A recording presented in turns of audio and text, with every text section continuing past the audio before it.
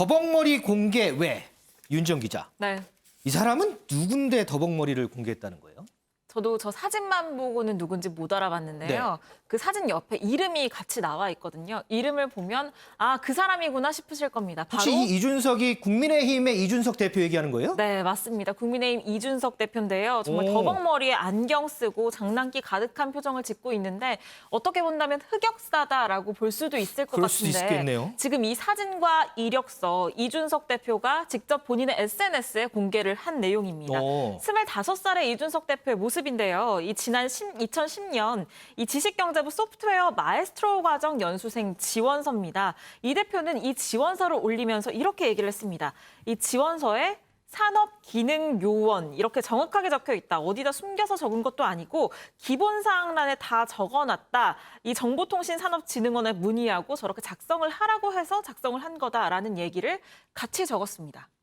그런데 그 지금 얘기했던 설명을 쓰고 이 이력서를 올린 건 뭐 이유가 있으니까 올렸을 거 아니에요? 네, 물론 그렇게 설명을 한 이유가 있었습니다. 왜냐하면 이 여당의 일부 의원이 지난 2010년 이 이준석 대표가 이 연수생 지원서에 지원을 해서 합격을 한 이 부분에 대해서 특혜 의혹을 제기하고 있기 때문인데요. 이 여당의 설명은 이렇습니다. 저때 당시에 저 연수생 선발 당시에 대학원에 재학 중인 사람만 지원을 할 수 있었는데 이준석 대표는 2007년, 그러니까 저게 2010년이었으니까 3년 전에 이미 대학을 졸업을 했고 저때 당시에 이 산업기능요원으로 군 대체 복무 중이었는데 그런데 왜 참여를 했느냐. 여기에 참여할 수 있었던 것, 뭐 지인 찬스 등을 이용한 특혜 아니냐라는 이 지적을 내놓은 건데요. 그러니까 이제 재학생만 지원을 할 수 있는데 졸업생이 어떻게 지원을 하고 됐느냐 이 얘기군요. 네, 심지어 저때 이제 산업기능요원으로 군 대체 복무 중이었는데 어떻게 지원을 했는지 이 부분을 문제 삼은 건데 이 대표 이 의혹에 저렇게 지원서까지 공개를 하면서 이 정면 반박에 나선 겁니다. 이 대표는 이 지원 당시에 병무청과 정보통신산업진흥원에 문의해서 확인하고 지원을 했다. 병무청에서도 문제가 없다고 했고 또 앞서서 다른 의원이 지적을 해서 이 검찰에서까지 조사를 해서 문제가 없다고 결론이 난 사항이다라고 밝히면서 바로 다음 날에 저렇게 본인의 흑역사까지 담긴 지원서를 공개한 겁니다. 그런데 오늘 오전에 보니까는 오전에도 막 시끌시끌 하던데 이렇게 반박을 해도 공세가 계속 되나 봐요. 네, 맞습니다. 공세를 이어가고 있는 것 바로 민주당 김남국 의원인데요. 지난 19일 SNS를 통해서 재학 중인 자로 공고가 났는데 전화를 해서 졸업생도 지원해도 되냐고 물어보고 지원을 했다는 게 말이 되냐 이렇게 지적을 했고요. 또 이어서 어제도 이준석 대표는 윤석열 비단주머니 3개를 자신에게 먼저 써야 될 것 같다라고 해서 본인의 의혹이나 먼저 풀어라 이렇게 거듭 의혹을 제기를 하고 나섰습니다. 여기에 대해서 이준석 대표 직접 어제 오전 라디오 인터뷰를 진행했는데요. 뭐라고 했는지 듣고 이어가겠습니다. 김남국 의원이 마지막으로 물어본 것은 뭐 제가 병특 근무했던 업체 사장과 제가 무슨 특수관계 있느냐 뭐 이런 걸 얘기하는데 그런 게 어떻게 의정활동이라 할 수 있는지 좀 궁금합니다. 뭘 확인하고 와서 물어보면 되는 것이 저한테 스무고개 하면서 물어볼 것 같으면은 김남국 의원도 그러면 로스쿨 가실 때 혹시 고등학교 동문이 거기 있었습니까? 이렇게 물어보면 제가 뭐가 되나요, 보면은? 그러니까 저는 제발 좀 정상적인 의정활동했으면 좋겠고요. 법사위라는 그 상임위의 면책특권이라는 걸 그렇게 쓰는 것 자체가 국민들한테 손가락질 받기 딱 좋습니다. 네, 이준석 대표 약간 화가 난 것처럼 보이기도 하는데 이 김남국 의원을 향해서 제발 정상적으로 의정활동 하셨으면 좋겠다라고 지적을 하면서 이 면책특권을 저렇게 쓰는 것 자체가 이 국민에게 손가락질 받기 딱 좋다라는 지적을 내놨습니다.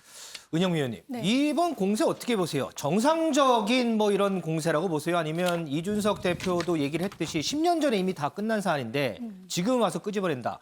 공세를 위한 공세다. 어떻게 보세요? 제가 이제 비슷한 한번 사례를 들어볼게요. 예를 들면 이제 경력 사원을 어떤 회사에서 뽑아요. 네. 2년 차에서 한 5년 차까지 지원 자격을 줬는데 제가 이제 6년 차예요. 근데 너무 그 회사에 가고 싶어요. 그래서 그 회사한테 전화를 했거든요. 그래서 제가 6년 차인데 지원 자격이 2년 차에서 5년 차로 돼 있는데 제가 지원을 해도 될까요? 그러면 한번 넣어봐라 이렇게 얘기한 거예요. 그래서 이제 넣었어요. 근데 이제 2년 차에서 5년 차가 원래 자격인데 6년 차인데 얘는 그 기준에는 안 맞는데 뽑으면 상당히 좋을 것 같아요. 그래서 그 회사에서 뽑아줬어요. 이런 상황과 비슷한 게 아닌가 싶어요. 그런데 그 회사에서 그 지원자와 무슨 특수관계가 있어서 뽑아준 건 아니고 그래서 일단 한번 넣어봐라 해서 봤는데 괜찮은 거예요. 얘를 뽑아주면 오히려 이 사업 애초에 취지도 잘 맞고 효과도 날 것 같아서 그 사람을 뽑았다고 보는 그런 상황이 있을 수 있는데 바로 그런 게 아닌가 싶어요. 더구나 이제 이번 건은 이미 그 당시에 2010년 당시죠. 강용석 전 의원이 당시에 이 사안을 검찰에 고발을 했고 네. 검찰이 문제가 없다라고 무혐의 판결을 내린 사건입니다. 그러니까 이제 한마디로 특혜라든가 이런 것들이 입증되지 않았다는 거거든요. 그럴 때면 만약에 이번에 민주당이 이런 의혹을 다시 제기할 때는 뭔가 특혜 의혹이 있다든가 이런 단서를 달아서 의혹을 제기했어야 됩니다. 네. 만약에 이제 검찰이 그 당시에 무혐의 판결을 내린 걸 모르고 만약에 애초에 문제 제기를 했다면 이준석 당대표가 해명을 했잖아요. 자기 네. 지원 지원 그 신청서도 공개를 하고 당시 검찰이 이런 무혐의 판결을 내렸다라는 것까지 알려졌다면 이제는 좀 조용히 입 다물면 되는 거거든요. 처음에 문제를 제기했더라도 그런 부분이 있을 수 있겠구나. 애초에 그 뽑아준 회사가 잘못할 수는 있겠죠. 왜냐하면 지원 자격이 겉으로는 2년에서 5년 차라고 했다가 6년 차를 뽑았으니까 예를 몰랐다면 들면 이제 사과를 해야죠. 또 회사에서는 그러니까 뽑은 회사 즉 국가 사업을 진행하는 측에서 잘못했다면 잘못했지 받아줘서 낸 건데 그걸 가지고 뭐라고 할 수는 없는 거잖아요. 그러니까 그런 측면에서 봤을 때 처음에 이제 민주당 쪽에서 문제 제기를 할 수는 있습니다. 그런데 이런 해명을 들어보면 그럴 수도 있겠구나. 더구나 검찰이 수사도 했고 결론도 내린 사안이구나라고 넘어갔어야 되는데 이걸 마치 트집잡기식으로 계속 공세를 하는 건 이준석 당대표가 지금 국민의힘의 그 30대 당대표로 쇄신 바람을 몰고 오면서 그런 여파가 정치권에 미치니까 이런 그런 이미지, 공정 경쟁을 내걸고 사실은 그 이준석 당대표가 당선됐잖아요. 그러니까 이런 공정 경쟁의 이미지를 훼손하면서 깎아내리려는 한마디로 상대당을 좀 깎아내리려는 의도가 있는 게 아니냐 이런 생각을 하지 않을 수가 없어요. 이런 식으로 하면은. 그래서 민주당이 지금 국민의 요구가 뭡니까? 국민의힘 당대표를 젊은 30대 당대표를 뽑으면서 이것은 국민의힘에만 요구되는 사항이 아니고 정치권 전체가 이 국민의 열망과 요구를 받아들여라라고 요구를 한 건데 민심을 잘못 읽은 거라고밖에는 생각이 들지 않거든요. 오히려 정말 비판을 하려면 예를 들면 CCTV 국민 여론이 수술실 CCTV 설치 같은 거는 국민 여론이 상당히 높은데 이준석 당대표가 좀 더 검토해봐야 한다라고 이제 유보적인 태도를 취하고 있는 이런 정책적인 비판을 하는 건 오히려 옳다고 봅니다. 그런데 그렇지 않고 이게 구태의연한 트집잡기식으로 비판을 하는 거고 문제를 계속 제기하는 것은 이것은 공세를 위한 공세로밖에 받아들여지지 않고 이런 부분은 국민들의 입장에서 보기에 참 실망스럽다. 민주당이 방향을 잘못 잡았다 이렇게 판단을 할 수밖에 없다고 생각합니다. 여야의 새 대표 2명이 처음 만났을 때 했던 얘기가 바로 협치입니다. 이런 공세가 협치로 가는 길은 아닐 겁니다.